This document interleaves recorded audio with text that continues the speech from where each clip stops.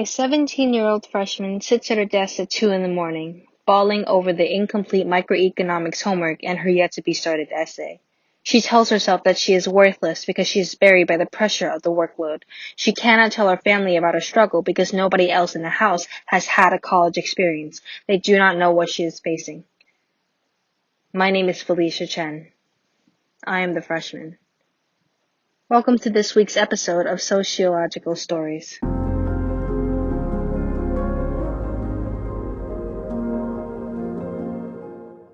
Back in the middle of September, when I realized that my grades were slipping beyond my grasp, I had a mental breakdown. I've dealt with anxiety and depression for a long time, but I've never felt this low. I've been told that college was going to be easy. Being the oldest sibling, college needed to be easy. I couldn't show any signs of backing down on my workload. I needed to prove to my family that I am a breadwinner. It's an honor to be a first-generation student, the first ever in my family to get a degree. I really thought that maybe I just wasn't intelligent enough. But after a while, I wondered, surely I'm not the only first-gen kid who's completely disintegrating, right? How does one approach the question, what are the factors impacting stress levels in first-generation college students? I'm desperate to convince myself that my sociological imagination is just limited and being stressed about school is a broader issue for other kids, that I'm not the only one falling behind. After a few hours of digging around on the Boatwright Memorial Library database, I've come to the conclusion that FGCS's, first-generation college students, suffer from more stress because of the lack of support from family and the lack of trust from mental health resources around them. You might wonder, if these kids aren't feeling great, why don't they just go to a school counselor to seek out help? Well, according to a survey study conducted by Yoon Kim on first-gen minority students in a large Midwestern college, most of these students responded that they relied more on their peer network for help because they did not feel comfortable or even welcomed by the school faculty and advisors. Using an intersectional approach to my question, many first-gen kids are immigrants, minorities, and also come from working-class backgrounds.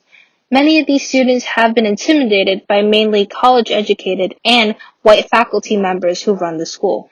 This ties into Kim's observations that first-gen kids don't feel welcomed by staff. If they have problems dealing with stress and anxiety, they're less likely to seek out help from counselors whom they assume will not understand both their racial and class status.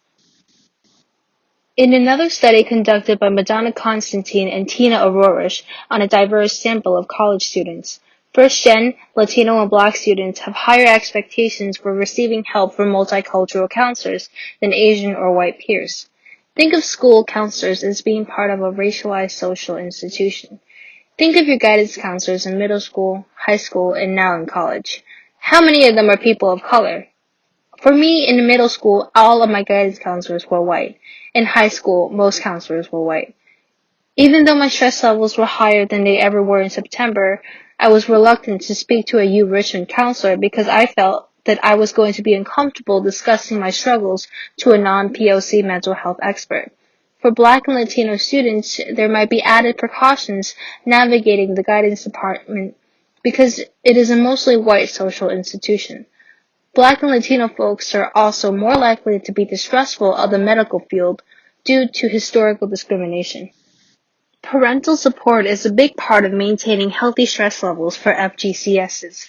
According to a University of Denver study, first-generation students who often do not matriculate to post-secondary education with knowledge about college expectations and resources passed down from family members may experience negative academic consequences of stress due to inadequate campus supports.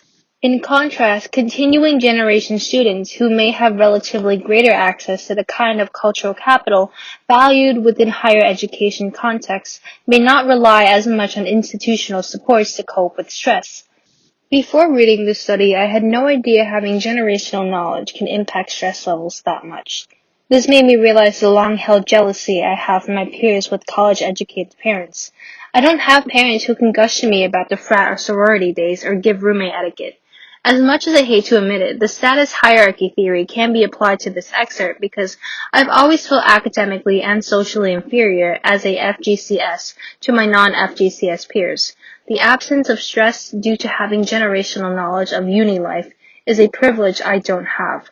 I've shed so many tears doing the college essay and financial aid process by myself.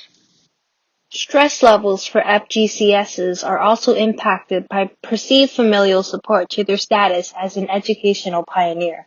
When first-gen kids are supported positively by their families, stress levels decrease. The absence of support can lead to stress levels increasing. I'd say the looking glass self theory can be applied to this factor. The theory states that how we see ourselves is dependent on how we think others see us. If a FGCS has the expectation of being a breadwinner while simultaneously having love and encouragement expressed to them by their family, they will take pride in being a first-gen kid. They'll have an easier time in school. If another FGCS has the same expectation but are not shown encouragement from their families, they will feel like they are not doing enough to impress them. I'm most likely to stress myself out trying to overachieve.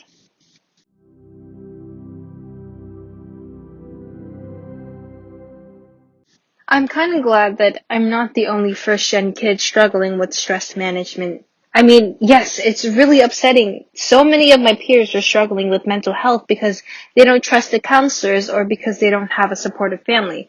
It's crazy how my personal troubles are actually public issues. What are the factors impacting stress levels in first-generation college students? Definitely the lack of a proper bridge between kids like me and mental health services on campus. Now that I know why FGCSs are having trouble coping with stress, I think race talks should be implemented so more of the student body can feel more welcome when they seek out mental health services. As for the familial factor, I can't force parents to love their children more, but just say, I'm proud of you would be awesome sometimes.